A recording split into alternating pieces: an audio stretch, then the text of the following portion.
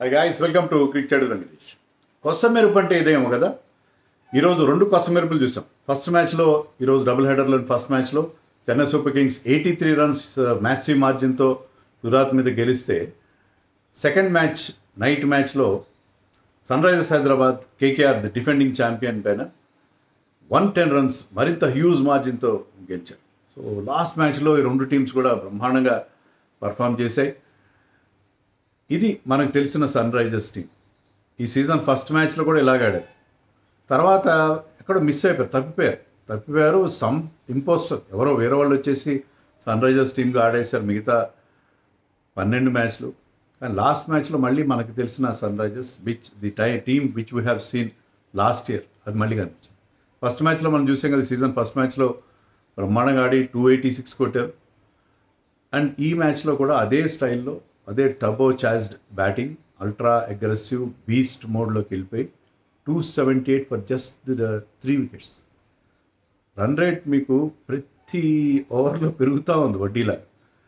10 start అయింది, 10, 12, 14 అలా పెరుగుతూ వచ్చింది. So it was tremendous sitting led by that man Heinrich Klaasen. అతనికి 23 కోట్లు ఏంటి నా మధ్య వరకు కొంతమంది మాట్లాడారు. కానీ Klaasen is a class act. Klaasen విషయంలో ఎవరికీ సందేహం ఉండాల్సిన అవసరం. Is a modern day great in this format. ఈ ఫార్మాట్లో one of the finest batsmen అతను, దాంట్లో ఎలాంటి సందేహం లేదు. అండ్ అదే ఇక్కడ మరొకసారి ప్రూవ్ అయింది. 37 బాల్స్లో 100 చేశాడు. 37 బాల్స్లో 100, third fastest, joint fastest in IPL. 30 బాల్స్లో క్రిస్ గేల్, 36లో మన కురాడు వైభవ్ సూర్యవంశీ, ఇప్పుడు యూసఫ్ పఠాన్తో కలిసి క్లాసన్ రికార్డ్ 37 బాల్స్లో 100 చేశాడు. అండ్ ట్రావిస్ హెడ్ కూడా రెచ్చిపోయాడు. ట్రావిస్ హెడ్ 40 బాల్స్లో 76 చేశాడు. అభిషేక్ ఎప్పటిలాగే షేక్ చేశాడు. స్టార్టింగ్లో అతనే కదా 32 runs off just 16 balls. So Abhishek ఆ మొమెంటం, ఆ ఫ్లయింగ్ స్టార్ట్ ఇస్తే దాన్ని ట్రావిస్ హెడ్ అందిపుచ్చుకున్నాడు. అండ్ క్లాసన్ దానికి ఒక బ్రహ్మాండమైన ఫినిషింగ్ టచ్ ఇచ్చాడు. Even Ishan Kishan batted well, 29 runs ఈ స్కోర్డ్ విత్ 150 అంత స్ట్రైక్ రేట్తో. So everybody convene. Aniket Varma కూడా లాస్ట్లో వచ్చి ఒక 4 or 6 కొట్టాడు. So it was a wonderful performance. Bowlers కూడా బాగా వేశారు. SRH bowlers also did extremely well. ముఖ్యంగా Harsh Dube is a wonderful addition for this team. Next సీజన్లో స్పిన్నర్స్ గురించి తడుకోవాల్సిన అవసరం లేదు. అతను ఇండియా ఏ టీం కూడా సెలెక్ట్ అయ్యాడు. ఇంగ్లాండ్ టెస్ట్ మ్యాచ్ కూడా ఆడిపోతున్నాడు. Is looking wonderful. నేను మార్నింగ్ ప్రివ్యూలో కూడా చెప్పాను, అతను ఫిగర్స్ ఆడిన ఫస్ట్ మ్యాచ్లో అంత గొప్పగా లేవు, కానీ చాలా ఇంప్రెసివ్గా ఉంది అతను బౌలింగ్. ఈ మ్యాచ్లో అతను మిడిల్లో అతను తీసిన వికెట్స్, ఆ triple R, Rinku Singh, Russell and Ramandeep, వాళ్ళు ముగ్గురిని అతను అవుట్ చేశాడు. ముఖ్యంగా రస్సల్ని ఎల్బిడబ్ల్యూ అవుట్ చేసిన అతను కంప్లీట్గా బ్యాంబూజుల్ చేసి అవుట్ చేసిన ball. That was wonderful. So is very good edition. అలా యశాన్ మలింగా కూడా ఆఫ్ లైట్ చాలా బాగా బౌలింగ్ చేయడం చూసాం మనం. అతను కూడా ఆలస్యంగా అవకాశం వచ్చింది. ప్యాట్ కమిన్స్ ఈరోజు పెద్దగా వికెట్స్ తీయలేదు, కానీ Pat Cummins has been doing well of late. And Jaydev Unadkat కూడా 3 వికెట్లు వచ్చాయి. Harshal Patel, everybody contributed. అందరూ కాంట్రిబ్యూషన్ మనం ఈ మ్యాచ్లో చూసాం. So very very satisfying. అంటే నెక్స్ట్ సీజన్కి ఒక హై నోట్లో, అంటే they are signing off in style, no doubt. And next season కూడా చాలా కాన్ఫిడెంట్గా వెళ్ళే అవకాశం. బ్యాటింగ్ బ్రహ్మాండంగా ఉంది. ఇప్పుడు కొత్తగా టీంలో చేరిన ఇషాన్ కిషన్ ప్రతి మ్యాచ్లో బాగా ఆడిపోయి ఉండొచ్చు, కానీ చివరికి వచ్చేసరికి అతను కూడా he was coming in to his own. Last మ్యాచ్లో ఒక 90 చేయడం, ఫస్ట్ మ్యాచ్ 100, తర్వాత చివరికి వచ్చేసరికి మళ్ళీ అతను కాస్త కుదురుకోవడం అనేది చూసాం మనం. అలాగే మనకి అనికేత్ వర్మ కూడా బ్రహ్మాండమైన ఎడిషన్ టీంకి. సో ఏ రకంగా చూసుకున్నా Sunrisers Abhinav Manohar is also good, not extraordinary batsmen కాకపోవచ్చు, కానీ ఇదే బ్యాటింగ్లో నితీష్ కుమార్ రెడ్డి అఫ్కోర్స్ ఫెయిల్ అయ్యాడు ఈ సీజన్. కొన్ని మ్యాచ్లు ఓవరాల్గా ఫెయిల్ అయ్యాడు.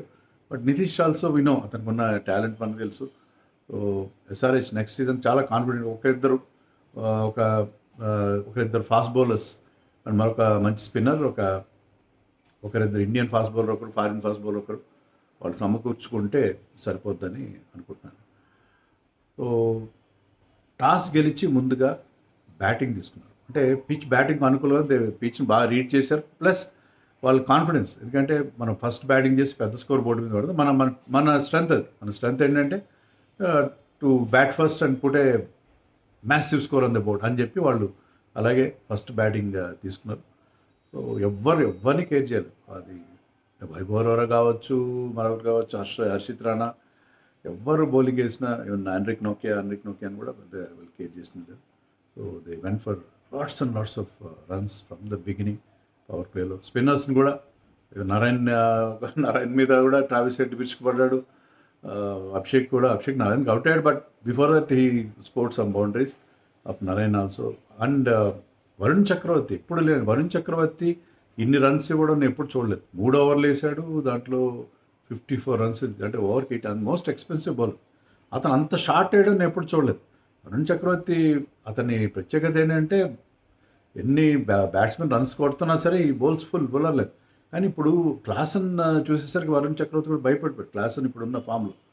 అండ్ ఎస్ఆర్హెచ్ చేసిన మంచి పని ఏంటంటే క్లాసన్కి ప్రమోషన్ ఇచ్చారు. మామూలుగా నెంబర్ 3లో ఇషాన్ కిషన్ ఆడతాడు కదా, చాలా తక్కువ టీమ్స్ ఉంటారు వాళ్ళకి 1, 2, 3 ముగ్గురు లెఫ్ట్ హ్యాండర్స్. కానీ వీళ్ళకు ఉన్న స్ట్రెంగ్త్, కేకేఆర్కి ఉన్న స్ట్రెంగ్త్ ఏంటంటే వాళ్ళ spinners Narayan and Varun Chakravarthy. So power play వాళ్ళ స్పిన్నర్స్ బౌలింగ్కి వచ్చినప్పుడు అభిషేక్ అవుట్ అయ్యాడు కాబట్టి Klaasen left right combination Klaasen దించారు. అందులో బౌండరీ కూడా ఒక సైడ్ పెద్దది, ఒక సైడ్ చిన్నది. సో దాన్ని ఎక్స్ప్లాయిట్ చేయాలన్నా కూడా you should have that right left combination. So అందుకని that is a very good decision. And Klaasen లాంటి వాళ్ళకి ఎంత ఎక్కువ బ్యాటింగ్ చేస్తే, ఎన్ని ఎక్కువ నెంబర్ ఆఫ్ బాల్స్ వీళ్ళు ఫేస్ చేస్తే, క్లాసన్ కానీ నికోలస్ పూరన్ కూడా నెంబర్ 3లో ఆడించడం ఈసారి ఎల్ఎస్జీ చేసిన చాలా మంచి పని. దానివల్ల ఏంటంటే వాళ్ళు కొంత సెటిల్ అయ్యి ఆ తర్వాత మ్యాసివ్ హిట్టింగ్ చేయగల ప్లేయర్స్. వాళ్ళకున్న రేర్ ఎబిలిటీని మీరు ఉపయోగించుకోవాలి. సో అందుకని ఆ నెంబర్ 3లో పంపించడం చాలా మంచి డెసిషన్. అండ్ స్పిన్నర్స్ మీద విరుచుకుపడ్డాడు. స్పిన్నర్స్కి క్లాసన్ అంటే ఏ స్పిన్నర్ అయినా ప్రపంచంలో ఏ స్పిన్నర్ అని భయపడతాడు. అతను ఎక్కువగా ఫీట్ మూవ్ చేయడు, స్టాండ్ అండ్ డెలివరీ ఉంటుంది. ఏంటంటే బ్యాక్ ఫుట్ అయినా ఫ్రంట్ ఫుట్ అయినా వెయిట్ ట్రాన్స్ఫర్ చేస్తారు తప్పిస్తే ఎక్కువ ఫీట్ మూవ్మెంట్ చేయడు. కానీ ఆ బ్యాక్ ఫుట్లోకి వెళ్ళి కూడా ఆ పవర్, అతను జనరేట్ చేసే power without lot of foot work, tremendous ability ఉంది. అతను కోర్ స్ట్రెంగ్త్ ఉంది. బహుశా దానివల్ల అంత పవర్ జనరేట్ చేస్తాడేమో. బట్ అతని హిట్టింగ్ మాత్రం నెక్స్ట్ లెవెల్. 9 సిక్స్లు కొట్టాడు, 7 4s మాత్రమే కొట్టాడు. 9 సిక్సర్స్, ముఖ్యంగా స్ట్రైట్ సిక్స్లు అతను కొట్టినవి. ఎక్కువగా లెగ్ సైడ్లో ఈ strong zone is leg side, but straight సిక్స్లు ఈసారి చాలా బాగా కొట్టాడు. స్ట్రైట్ సిక్స్ ఎందుకంటే ఢిల్లీలో ఆ స్ట్రైట్ బౌండరీస్ కాస్త చిన్నగా ఉంటాయి. దాన్ని అంటే ఆ సిచ్యుయేషనల్ అవేర్నెస్ కూడా, దాన్ని కూడా అతను ఉపయోగించుకొని చివరిలో బ్రహ్మాండమైన కోసం మేరకు అందించాడు టీంకి. అలాగే ట్రావిస్ హెడ్ కూడా ఈ సీజన్లో హైయెస్ట్ స్కోర్ 76. అంత గొప్పగా ఆడకపోవడం, ఫామ్లో లేకపోవడం మంచిది, కానీ చివరికి వచ్చేసరికి కోవిడ్ నుంచి రికవర్ అయ్యి మ్యాచ్ ఆడి బ్రహ్మాండమైన స్కోర్ చేశాడు. అతను కూడా 6 6లు 8 4లు కొట్టాడు. So it was a massive batting display by SRH. ముఖ్యంగా క్లాసన్ ఆడిన, అంటే అతని ఇన్నింగ్స్ చూస్తే ఏంటంటే మీకు యూ ఫీల్ అంటే ఎట్లా అంత హైలీ డిస్ట్రక్టివ్ బ్యాటింగ్ ఎలా ఉంటుంది. ముఖ్యంగా స్పిన్నర్స్ మీద అతనికి ఉన్న కాన్ఫిడెన్స్, బౌండరీ లైన్ మీద ఫీల్డర్ ఉన్నా కూడా ఆ ఫీల్డర్ని ఛాలెంజ్ చేస్తూ షాట్స్ కొడతారు. ఆ కాన్ఫిడెన్స్ అతనికి, అంత ఆ డేరింగ్ అన్నీ. ఇట్ ఈస్ కంప్లీట్ ప్యాకేజ్, ఇది complete T20 package Klaasen. So దానివల్ల వాళ్ళు మ్యాసివ్ స్కోర్ సాధించారు. 278, అది థర్డ్ హైయెస్ట్. ఫస్ట్ హైయెస్ట్ 2 వీళ్ళు కదా, ఈ 287 లాస్ట్ ఇయర్, 286 ఇయర్, 278 ఇప్పుడు. టాప్ 5 బెస్ట్ స్కోర్స్లో 3 వేలకే ఉన్నాయి. సో ఏ రకంగా చూసుకున్నా హైలీ సాటిస్ఫైయింగ్ బ్యాటింగ్ పర్ఫార్మెన్స్. అలాగే బౌలర్స్ కూడా సునీల్ నారాయణ్ స్టార్టింగ్లో ఒక 31 చేశాడు, కాస్త 6లు కొట్టాడు. ఈవెన్ ప్యాట్ కమిన్స్ బౌలింగ్ 6లు కొట్టాడు. కానీ అతను కూడా ఎక్కువసేపు నిలబడలేదు. ఇప్పుడు కేకేఆర్ చేసిన మిస్టేక్ ఏంటంటే they were not bowling many slower once ఒక 10-12 వేశారు అంతే వాళ్ళు స్లోయర్ వన్స్. పిచ్ మీద స్లోయర్ వన్స్ వేస్తే డెఫినెట్గా ఎఫెక్ట్ ఉంది. But SRH bowlers LADS and lots of slower once. ముఖ్యంగా జయదేవ్ నాట్కర్ అండ్ హర్షల్ పటేల్ వాళ్ళ ప్రత్యేకత అదే కదా, వాళ్ళ స్లోయర్ వన్స్ని చాలా చక్కగా యూజ్ చేసుకున్నారు. దాంతో ఏంటంటే వాళ్ళు వికెట్స్ వచ్చాయి. క్వింటన్ డికాక్ని ఆడించారు. క్వింటన్ డికాక్ 13 balls 9 runs ఏమో చేశాడు. Is a shadow of his former self. ఒకప్పుడు అద్భుతమైన బ్యాట్స్మెన్ అతను. ముఖ్యంగా ఇండియాలో బాగా ఆడేవాడు, స్పిన్నర్స్ని బాగా ఆడాడు. మరి ఏంటో ఈ సీజన్లో అతను ఏమాత్రం బాగా ఆడిన పరిస్థితి. ఒక్క మ్యాచ్ అది ఫస్ట్ మ్యాచ్ బాగా ఆడినట్టున్నాడు, తర్వాత కంటిన్యూస్ ఫెయిల్యూర్స్ చూసాం అతన్ని. అండ్ ఎవరు కూడా పర్ఫామ్ చేయలేని పరిస్థితి. మనీష్ పాండే ఒక 37 చేశాడు లాస్ట్లో. అప్పటికి ఏం అలాంటి కాంపిటేటివ్ ఇంట్రెస్ట్ లేదు. హర్షిత్ రాణా 34 చేశాడు. ఎవరు కెప్టెన్ రహానే కూడా స్ట్రగుల్, 1-2 బౌండరీలు కొట్టినా కూడా అతను కూడా పెద్దగా ప్యాట్ కమిన్స్ ఒక క్యాచ్ డిఫికల్ట్ ఛాన్స్ డ్రాప్ చేశాడు. బట్ అది కూడా అతి పెద్ద కాస్ట్లీగా పరిగణించలేదు. సో వికెట్స్ రెగ్యులర్ ఇంటర్వల్స్ పడుతూనే ఉన్నాయి. అంటే వాళ్ళకి ఏంటంటే దే నో దట్ 279 చేసే పరిస్థితి ఉండదని తెలుసు వాళ్ళకి లాస్ట్ మ్యాచ్. అలాంటప్పుడు వాళ్ళు ఏ విధంగా వాళ్ళకి మోటివేషన్ ఉంటుంది, ఏం చేయాలో వాళ్ళకి అర్థం కాదు, ఎంత రన్స్ కొట్టాలి ఏం చేయాలనేది వాళ్ళకి అర్థం కాదు. So they struggled a lot. Raghuvanshi కానీ ఎవరు కూడా ఏం కాదు. వీళ్ళు కంటిన్యూస్గా ముఖ్యంగా Harsh Dubey very very impressive. Eshan Malinga was impressive and all SRH bowlers were impressive. So massive win for SRH. దాంతో వాళ్ళు 6th పొజిషన్కి వచ్చారు. కొంత కన్సలేషన్, కొంత కంటి తురుపు వాళ్ళకి 6th పొజిషన్ రావడం. పరువు కోసం చెప్పాం కదా. మరి టోటల్ డిసప్పాయింటింగ్ ఫర్ కేకేఆర్. ఏ రకంగా చూసుకున్నా వాళ్ళు అదే core strength almost 7-8 players of last years title winnowing టీమ్ని వాళ్ళు రిటైన్ చేసినా కూడా కెప్టెన్ శ్రేయస్ అయ్యర్, గౌతమ్ గంభీర్ లేని లోపమో మరి వాటెవర్ ఏదో ఏమాత్రం కుదురుకోలేదు. టీమ్ నెక్స్ట్ సీజన్లో కొన్ని మార్పులు కూడా చేసుకోవాలి. బౌలింగ్ కూడా చాలా వీక్ అనిపిస్తుంది. అంటే పేస్ బౌలింగ్ పర్టికులర్ స్పిన్ బౌలింగ్లో వాళ్ళిద్దరు ఇప్పటికీ తిరగలేదు. కానీ ఆ కెరీబియన్ ఆల్రౌండర్స్ కూడా గతంలో ఉన్నంత ఎఫెక్టివ్గా లేరు కదా ఈసారి.